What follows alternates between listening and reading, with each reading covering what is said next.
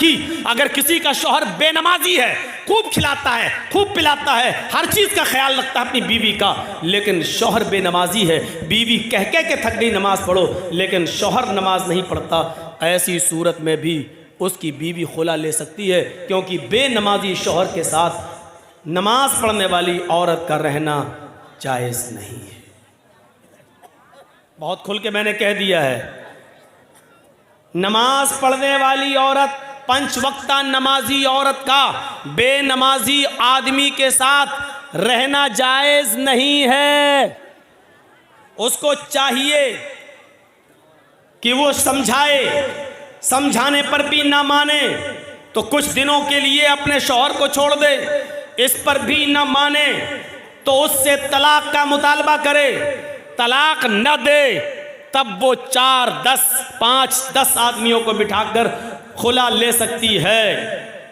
बल्कि अब्दुल्ला इब्न बास का तो फतवा यह है, शेख सालेह अल उसैमीन का फतवा तो यह है, उसको तलाक की भी ज़रूरत नहीं है, इसलिए कि बेनमाजी मुसलमान है ही नहीं, और किसी मोमिना औरत को किसी काफिर आदमी के साथ रहना जायज़ ही नहीं है। लिहाजा वो निकाह ऑटोमेटिक टूट जाएगा, ख़त्म हो जाएगा, और औरत इद्दत गुजार कर दूसरा निकाह कर सकती है, तलाक की भी ज़रूरत नहीं है। शेख सालेह अल उसैमीन का फतवा तो यहाँ तक है। ये बात एक तमहीदी तौर पर थोड़ी सी लंबी बात हो गई है, लेकिन जहन में आपके बैठ गई होगी।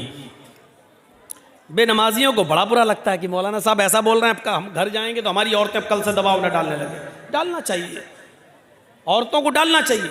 सुन लीजिए, नमाज अगर हमारे मुआशरे और सोसाइटी से निकाल ली जाए तो फिर हम बराबर हैं, हम में और काफिरों में कोई फर्क नहीं रह गया है। नमाज किसी भी हाल में माफ नहीं है।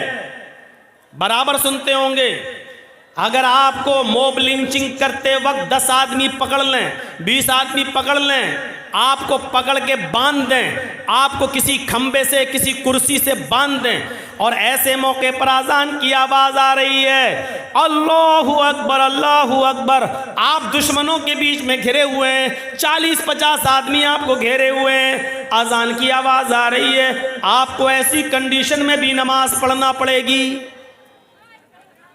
सोच रहे हैं आप, ऐसी कंडीशन में नमाज कैसे पढ़ेंगे? आपके हाथ पैर बंधे हुए हैं, कोड़ों पे कोड़े मारे जा रहे हैं, लाठी डंडे बरसाए जा रहे हैं, अजान की आवाज आ रही है, आप कैसे पढ़ेंगे नमाज? आप उनसे कहेंगे कि भाई मुझे वुजू के लिए पानी लाकर दे दो, मैं नमाज पढ़ूंगा। वो वुजू के लिए पानी नहीं देंगे। जो आदमी आपको इस्लाम दुश्मनी में मार रहा है वो आपको पानी लाकर दे देगा? जो आदमी आपकी के नमाजी होने की वजह से ही आपका मर्डर कर रहा है वो आपको पानी ला कर देगा? लेकिन आप पानी मांगेंगे, आप पानी मांगेंगे। भैया ये यहाँ से ज़रा मछलियाँ कम बेचो, आप लोग बहुत बेच चुकी हो। वो पानी नहीं देंगे। तब शरीयत ये कहती है कि उस सूरत में आप नीयत से वुजू करेंगे। नीयत से वुजू का मतलब दिल में इरादा करेंगे कि मैंने वुजू की नीयत की। आज थोड़े से 2-4 मसले मैं आपको समझा दूं, उसके बाद तकरीर फिर आगे। दिल में नियत कर लीजिए मेरा वुजू।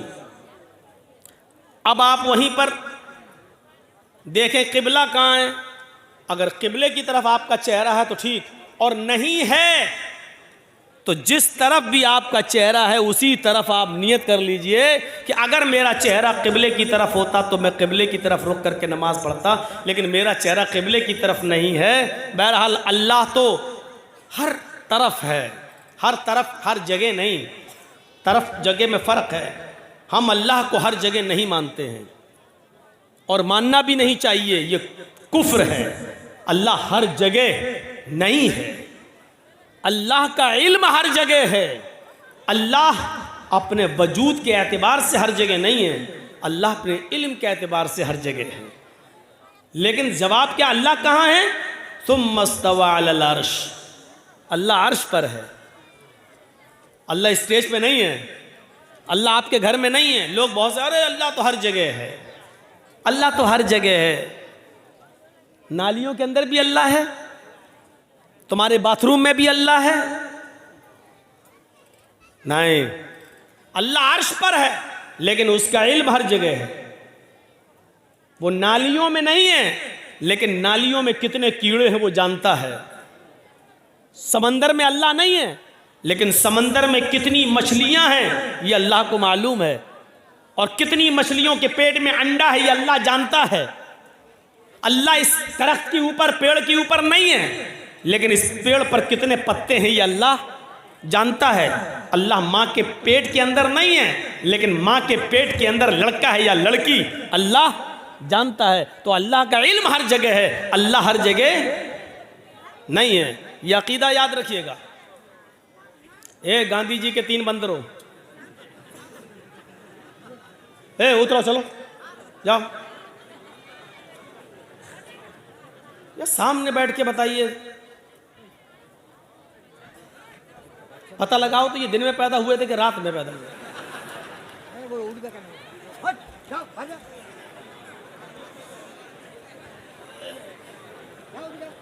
इतना बड़ा जलसा, और जलसे के सामने बैठकर इतनी शरारत। मेरा तो दिल कहता है कि इनके माँ बाप से पूछो ये रात में पैदा हुए होंगे, मेरा दिल कहता है। अब सही इल्म तो अल्लाह ही को मालूम है। तो अब आप अंदाजा लगाइए, अल्लाह का इल्म हर जगह है, अल्लाह हर जगह। देखिए, इन बच्चों की वजह से मैं भूल गया हूं ना कि क्या बोल रहा था। किसी को मालूम है हम क्या बोल रहे थे? वो तो हमें मालूम ही है। आए?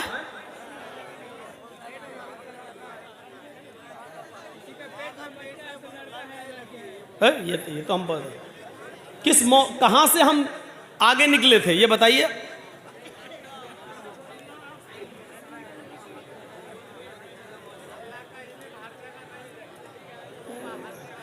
ये तो हमें मालूम ही है कि अल्लाह का इल्म हर जगह, अल्लाह अपने वजूद के एतबार से नहीं। बात कहां से निकली थी? अच्छा सुनिए यार, बात यहां से नहीं निकली थी। बात यह है कि किबला उसको नहीं मालूम है, कुर्सी पर बैठा हुआ है। यहां से बात निकली थी। क्या सुनते हैं आप? बोल रहा हूं, खेत सुन रहे हैं, खलियान। यहां से बात टर्न हुई थी। तो जहां उसका चेहरा है उसी तरफ रुक करके नमाज पढ़ेगा।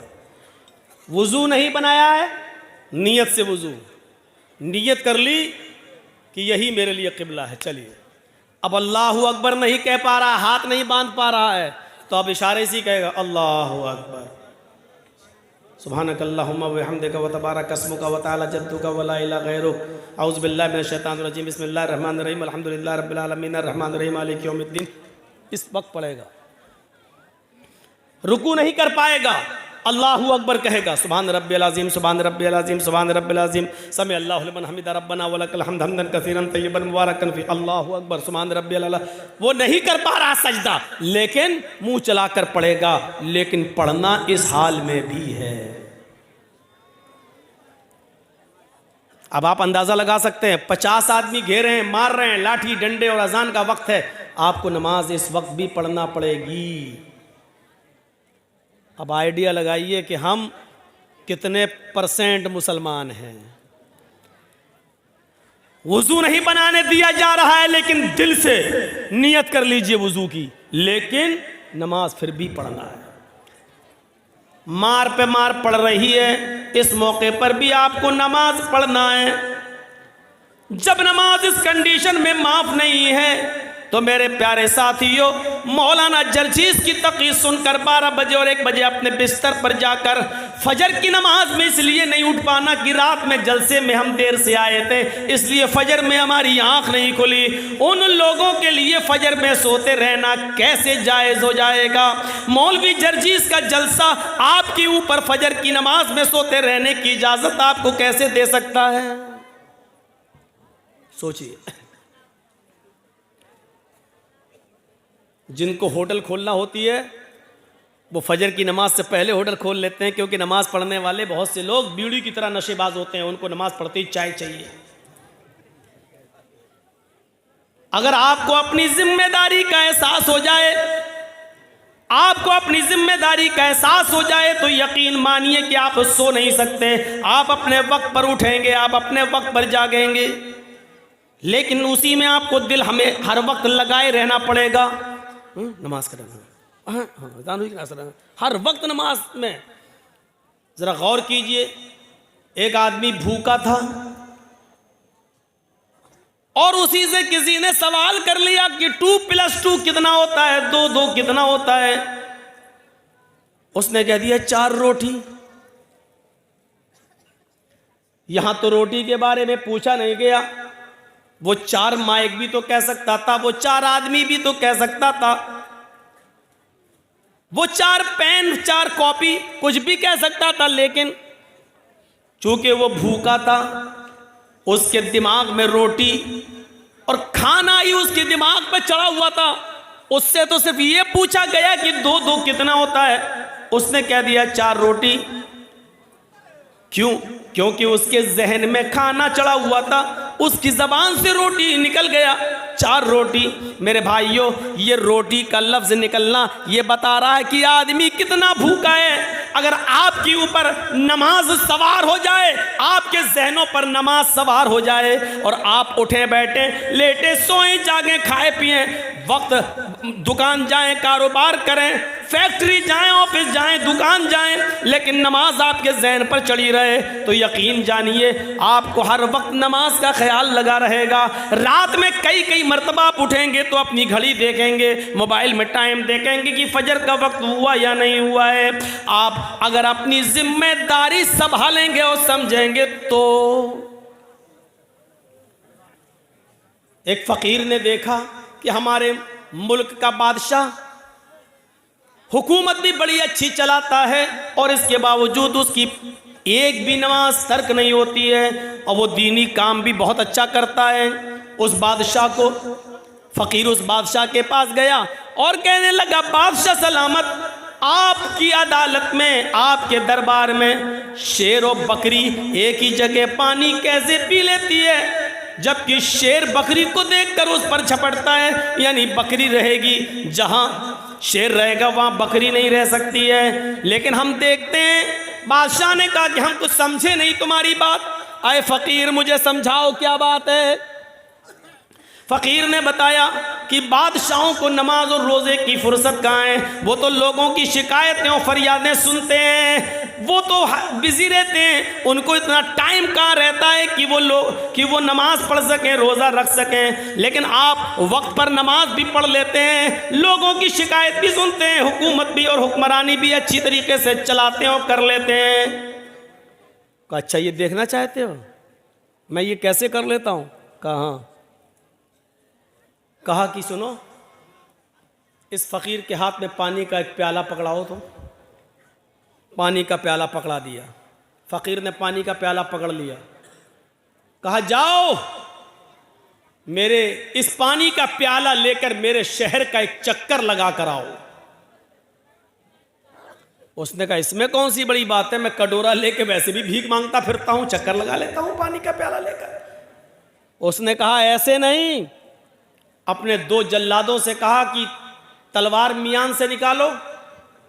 जल्लादों ने मियान से तलवार निकाली, एक को इस फकीर के दाएं खड़ा कर दिया और एक जल्लाद को बाएं खड़ा कर दिया और कहा अब जाओ इस पानी का प्याला लेकर मेरे पूरी बस्ती का, मेरे पूरे शहर का दौरा करो। और जल्लादों से कह दिया अगर इस पानी के प्याले में से एक भी पानी की बूंद अगर छटक कर जमीन पर गिर जाए तो इस फकीर का सर काट कर जरा मेरे पास ले आना, फिर मुझे जरूरत नहीं इस फकीर की, इसका सर तन से जुदा कर देना। फकीर की तो हवा टाइट हो गई, फिर पानी का प्याला लिया और चल रहा है और ऐसे चल रहा है और एक बूंद भी छलकने नहीं दे रहा है। जब वो पूरा शहर घूम कर आया तो अल्लाह की कसम पसीना पसीना था उसका, अंदर की गंजी तक पसीने में भीग चुकी थी। बादशाह ने कहा इधर आओ फकीर, इधर आओ बाबा। फकीर ने कहा जी बताओ तुम्हें मेरे शहर की रौनक कैसे लगी, मेरी बस्ती तुम्हें कैसी नजर आई? मेरा ये शहर तुम्हें कैसा लगा?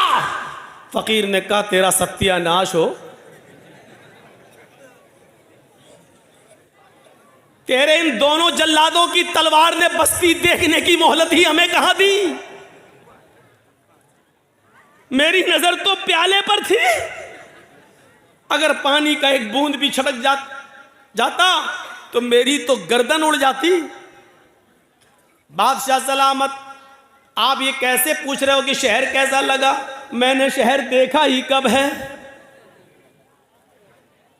बादशाह ने जवाब दिया, तुम मुझसे पूछते हो कि हुक्मरानी कैसे कर लेते हो और नमाज कैसे पढ़ लेते हो? जिस तरह मेरे दो जल्लादों की तलवार ने तुम्हें शहर की रौनक को देखने से गाफिल कर दिया, ऐसी कुरान करीम के अंदर आयात जहन्नम को पढ़ पढ़ कर और सुन सुनकर मैं भी दुनिया व माफिया से गाफिल हो गया।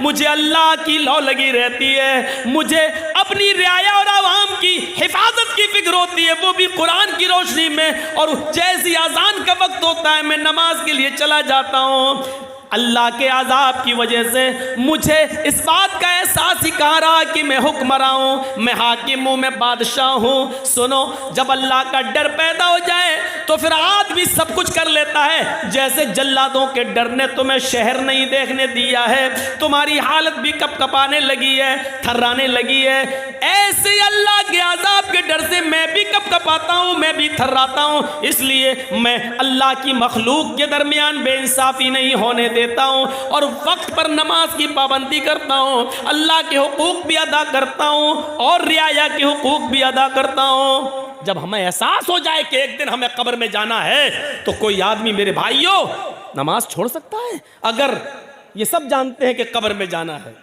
लेकिन एहसास हो जाए कि कब्र की तारीकी क्या है, कब्र के अंदर खुदा हुआ गड्ढा, उसमें रखी हुई लाश, उसके ऊपर रखे हुए लकड़ी के तख्ते और फिर ऊपर से मिट्टी। मेरे भाइयों, इतनी तारीक रात, सूरज की रोशनी का अंधेरा, लकड़ी के तख्तों का अंधेरा, कब्र की मिट्टी का अंधेरा, इस अंधेरे में हमें और आपको सबको जाना है। बहुत आसान है कह देना मरेंगे तब देखा जाएगा, बहुत आसान है ये कह देना कि मरेंगे तब देखा जाएगा। कहते हैं कब्र का हाल मुर्दे से पूछो। मेरे भाइयों, ये एहसास हो जाए कि एक दिन हमें अल्लाह के दरबार में जवाब देना है। जन्नत भी है, जहन्नम भी, हमें जहन्नम से अपने आप को बचाना है। अगर ये एहसास हो जाए कि अज़ाब जहन्नम बड़ा सख्त है तो कोई आदमी फिर उस अज़ाब से बचने की फिक्र क्यों नहीं करेगा? हमें एहसास नहीं है उस बादशाह ने कितनी अच्छी तरीके से समझा दिया है। मेरे भाइयों, इतनी सब चीज़ें मानने के बाद, इतनी सब चीज़ें जानने के बाद, अब आइए मैं अब शुरू वाली अपनी बात पर आता हूँ कि उस औरत ने, जो आदमी इतना सब कुछ कर ले तो फिर हराम बच्चा पैदा होगा? नहीं हो सकता। कितना ख्याल रखा गया है। लेकिन वो औरत थी और सहाबिया थी और आकर कहती है कि अल्लाह के नबी, मेरे पेट में हमल है, बच्चा है, अय अल्लाह के रसूल सल्लल्लाहु अलैहि वसल्लम, मुझे सज़ा दे दीजिए क्योंकि मुझसे ज़िना का सुदूर हुआ है। आपने कहा ले जाओ, पत्थरों से मार मार कर ख़त्म कर दो। लेकिन कहने लगी मेरे पेट में बच्चा है। तो कहा कि जाओ, जब बच्चा पैदा हो जाए तब आना। जब बच्चा पैदा हो गया तब आई। कहा अब इसको मार दो, ख़त्म कर दो। बच्चा रोने लगा। माँ अपने बच्चे को जब दूध पिलाने लगी तो अल्लाह की नबी ने कहा, खातून, अभी तुझे मारा नहीं जाएगा, अभी कत्ल नहीं किया जाएगा। ये बच्चा जो नाजायज़ बच्चा है, जो जिना की पैदावार है, अभी तेरे दूध की ज़रूरत है इस बच्चे को, अभी तुझे नहीं मारा जाएगा। इतनी तमाम बंदिशों के बावजूद वो औरत कबूल करती है कि ये नाजायज़ बच्चा है। सोचिए मेरे भाइयों, हराम औलाद है, लेकिन उस हराम बच्चे को भी अल्लाह के रसूल पेट में मारने की इजाज़त नहीं दे रहे, ख़त्म करने की इजाज़त नहीं दे रहे हैं। बच्चे के माँ से कहा जा रहा है जब ये बच्चा तेरा दूध छोड़ दे तब तू आना। उसने दूध भी जल्दी छुड़वा दिया। आमतौर पर बच्चे 2 साल दूध पीते हैं, उसने 1 साल 1.25 साल में 1.5 साल में दूध छुड़ा दिया। फिर लेकर आई और कहने लगी अब बच्चा रोटी खाने लगा है। अल्लाह के नबी ने फरमाया आया अल्लाह की बंदी, अब मेरे पास कोई बहाना नहीं है कि मैं तुझे छोड़ सकूं। आए सहाबा जाओ और इसको ले जाकर सीने के बराबर गाड़ कर इस औरत को पत्थरों से मार मार के ख़त्म कर दो। पूरे वाक़े को बताने का मकसद ये है कि ये इंसानियत थी जनाब मोहम्मद रसूलुल्लाह सल्लल्लाहु अलैहि वसल्लम की कि हराम का और नाजायज़ बच्चा भी गिराने की इजाज़त नहीं दे रहे हैं। ये इंसानियत है, इंसानियत। और इंसानियत का सबसे बड़ा सबक इस्लाम पेश करता है। हर हाल में मसाइल को जानने की कोशिश करो। एक मसला आपके सामने अगर रखा जाए तो आप उसका क्या जवाब देंगे? आइए आजकल लेटेस्ट मसले आते हैं। एक गैर मुस्लिम मुसलमान हो गया रमज़ान के महीने में, आज 20वां रोज़ा है और आज वो मुसलमान हो रहा है, तो अब वो कितने रोज़े रखेगा? सिर्फ रोज़े तो 10 बचे हैं और 29 का चांद हो गया तो 9 ही रोज़े बचे हैं। और इस्लाम वो आज ला रहा है और रोज़े तो हर मुसलमान पर 1 महीने के, रमज़ान के पूरे महीने के रोज़े फ़र्ज़ हैं, तो अब वो कितना रोज़ा रखेगा? शरीयत क्या कहती है? शरीयत ये कहती है कि वो 20वें रोज़े को अगर इस्लाम कबूल करता है तो 20वें रोज़े के बाद से ही उसके ऊपर रोज़ा फ़र्ज़ हो जाता है और जितने रोज़े उसको मिलेंगे उतने वो रखेगा। अब सवाल ये पैदा होता है 20 रोज़े जो उसके छूटे हैं क्या वो ईद के बाद पूरे करेगा? नहीं करेगा। क्यों नहीं करेगा? दलील क्या है? भाई अहले हदीस हो तो दलील तो चाहिए ना। आप लोगों ने जलसा बहुत अच्छा किया है लेकिन ये लाइटिंग बहुत बुरी की है, कभी हरी कभी लाल, और वो आंखों पे जब पड़ती है तो कभी तो लगता है बहुत आदमी है, कभी दिखता है एक भी नहीं है, और कभी जब लाल जलती है तो मैं सोचता हूँ रुक जाना चाहिए क्योंकि ये रेड सिग्नल है, ये हमको इशारा कर रही है कि बोलना बंद कर दो। अरे ये तुमको किसने? अरे जर्जी साहब का जलसा है, कोई बारात में नहीं आए हैं निकाह के लिए। ये ऐसी लाइटिंग जलसों में, लाइट ऐसी होनी चाहिए जो जलती रहे, बस बुझे नहीं। तो ऐसा लग रहा है जैसे आंख मार रही हो। अल्लाह की कसम बड़ा डिस्टर्ब हो रहा हूं। कल भी हुआ था लेकिन कल मैं बोल नहीं पाया, सारा गुस्सा इन चैनल वालों पे उतर गया। आज ये लाइट वाले पे लग रहा है सारा गुस्सा उतार दो। कभी लगता है एकदम कहाँ चलेगी पब्लिक, कभी लगता है देखो वहां तक बैठी हुई है। हमारी भी तो आंखें हैं, कोई हम बहुत बड़े बाबा तो हैं नहीं कि यहाँ बैठे बैठे हम कलकत्ता तक को देख लें। इतनी मशीन तो है नहीं मेरी आंखों में। तो मेरे भाइयों अब वो 20 रोजे के बाद जितने मिलेंगे वो रखेगा, पहले के नहीं। क्यों? क्योंकि पहले उस पर रोजे फर्ज थे ही नहीं। इस्लाम तो वो अभी लाया है, मुसलमान तो वो आज हुआ है। आज से पहले उस पर रोजे फर्ज थे ही नहीं, फर्ज आज हुए हैं, तो जितने मिलेंगे उतने रोजे रखेगा। एक और मसला याद रखिएगा, एक गैर मुस्लिम अभी मुसलमान हुआ है 20वें रोजे को और टाइम है 5 बजे का, शाम को 5 बज रहा है और अभी इस्लाम लाया, अशहदु अल्ला इलाहा इल्लल्लाह व अन्ना मुहम्मदर रसूलुल्लाह, इस्लाम ले आया, कलमा पढ़ लिया। 5 बजे से ही उसके ऊपर रोजा फर्ज हो गया है। सुन लीजिए, अब 5 बज रहे हैं, अभी इस्लाम लाया है, 5 बजे से ही उसके ऊपर रोजा फर्ज है। यहीं पर वो नियत करेगा मैं रोजे से हूं। अब यहां से रोजा है वो, और आपके यहां रोजा इफ्तार हो रहा है मान लीजिए 6 बजे, तो बस 1 ही घंटे के बाद वो रोजा इफ्तार करेगा और उसका ये एक रोजा माना जाएगा।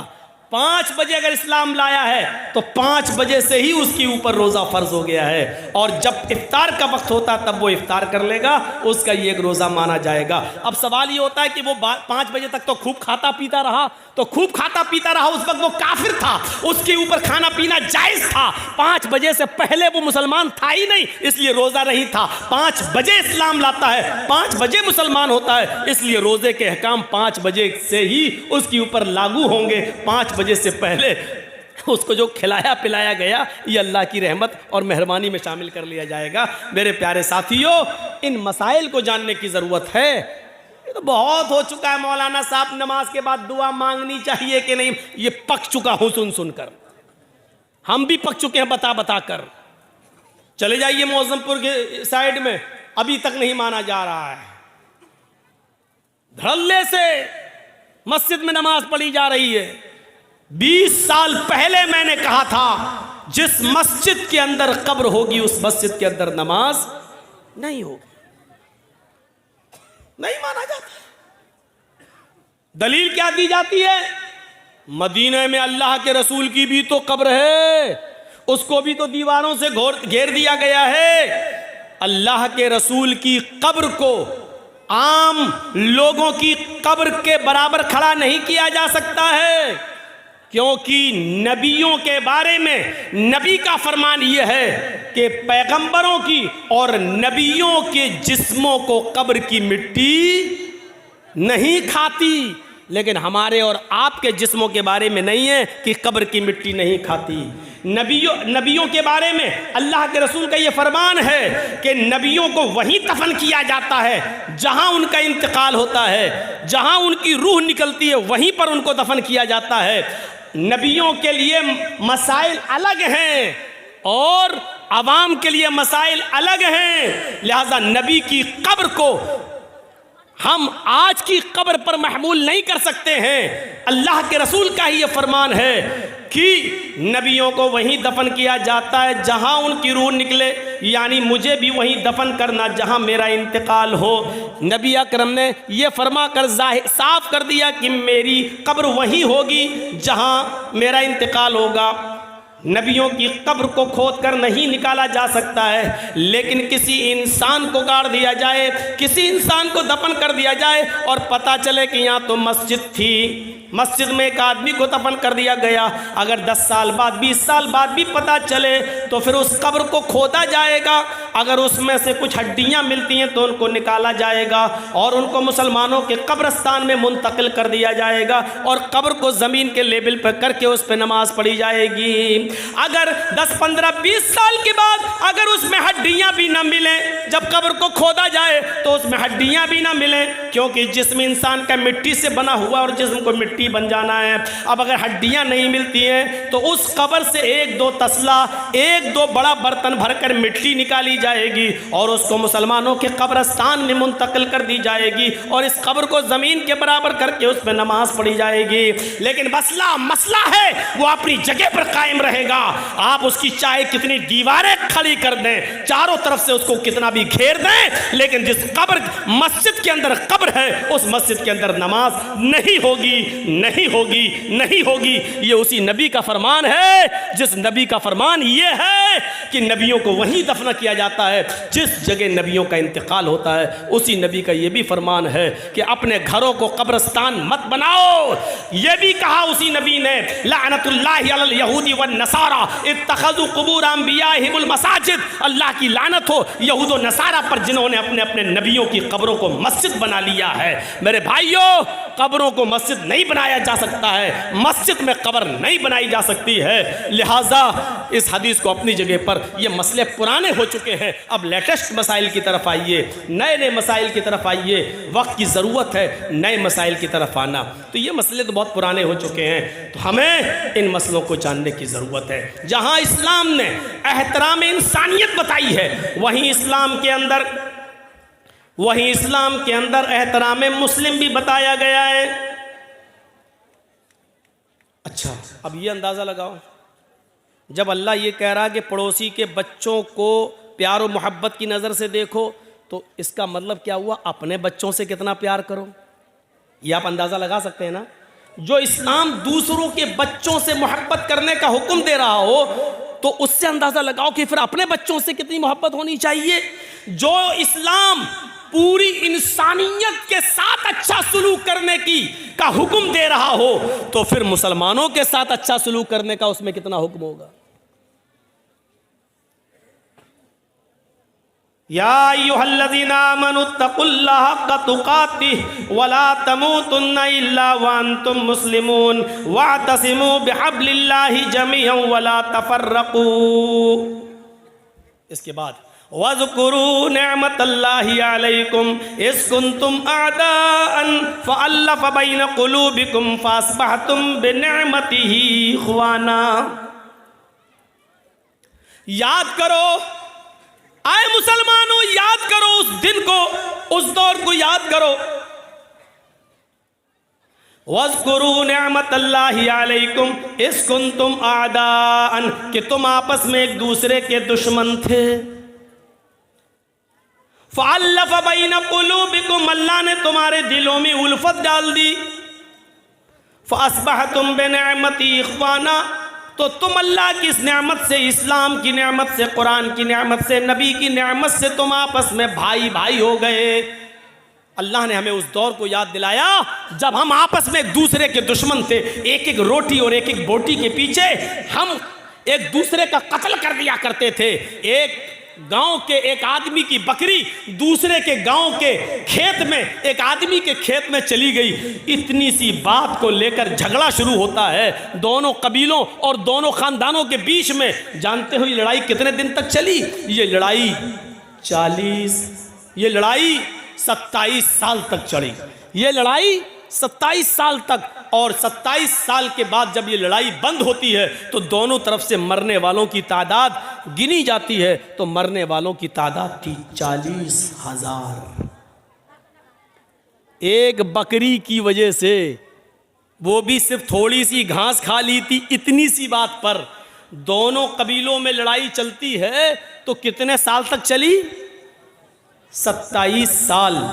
और 27 साल के बाद जब बंद होती है तो दोनों तरफ से मरने वालों की गिनती कितनी हुई? 40,000।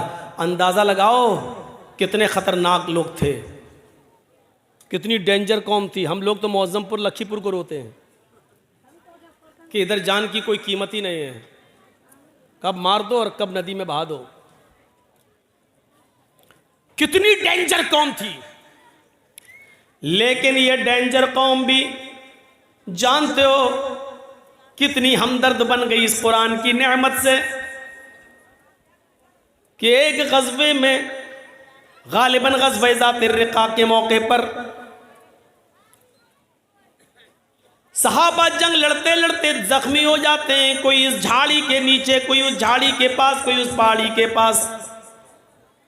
एक सहाबी पानी लेकर घूम रहे हैं कि कोई जख्मी मिले उसको पानी पिलाऊं। उसकी नज़र झाड़ी के किनारे पड़े हुए एक सहाबी के ऊपर पड़ती है जो जख्मों से चू रहे और चीख रहे हैं, पानी पानी। ये सहाबी उसके पास पहुंचते हैं, उनको उठाते हैं, सर पकड़कर अपनी रान के ऊपर रखते हैं, उनको पानी का गिलास उनके मुंह में रखते हैं, देते हैं कि पानी पियो। जैसी पानी का गिलास उनके होठों तक जाता है, अभी वो पीते नहीं कि दूसरी झाड़ी से आवाज़ आती है, पानी, काश मुझे भी पानी मिल जाए, या थोड़ा सा पानी तुम मेरे लिए भी छोड़ देना। ये खुद प्यासा था, इसने पानी नहीं पिया, छोड़ दिया और कहा मेरा भाई मुझसे भी ज़्यादा प्यासा है, मुझसे भी ज़्यादा पानी का मुतलाशी है, लिहाजा जाओ पहले तुम उसको पानी पिला दो। यह आदमी उसके पास जाता है, उसके होठों से पानी का प्याला लगाता है कि तीसरे की आवाज़ आती है, थोड़ा बच जाए तो मेरे लिए भी छोड़ देना, मेरा भी हलक सूखा जा रहा है। दूसरे आदमी ने तीसरे की तरफ रेफर कर दिया, नहीं नहीं मैं रह सकता हूँ, मेरा भाई मुझसे भी ज़्यादा प्यासा लग रहा है, जाओ तुम पहले उसको पानी पिलाओ। ये पानी पिलाने वाला तीसरे के पास जाता है, उसको उठाता है, पानी का प्याला ज़मीन पर रखकर उसको सहारा देकर उठाकर अपने सीने पे लगाता है, फिर पानी का प्याला उठाकर उसके हलक में डालने की कोशिश करता है, उसके होंठ पे लगाता है, होंठ हिल नहीं रहे हैं। पानी का प्याला रखकर उसके दिल की धड़कनों को देखता है तो धड़कनें बंद हैं। सांस नाक में उंगली रखकर देखता है तो सांस बंद है, यानी तीसरा सहाबी रूह कब्ज से उनसुरी को परवास कर चुकी है, उसका इंतकाल हो चुका है। इसने तीसरे को जमीन पर लिटाकर दूसरे के पास लौट कर आया।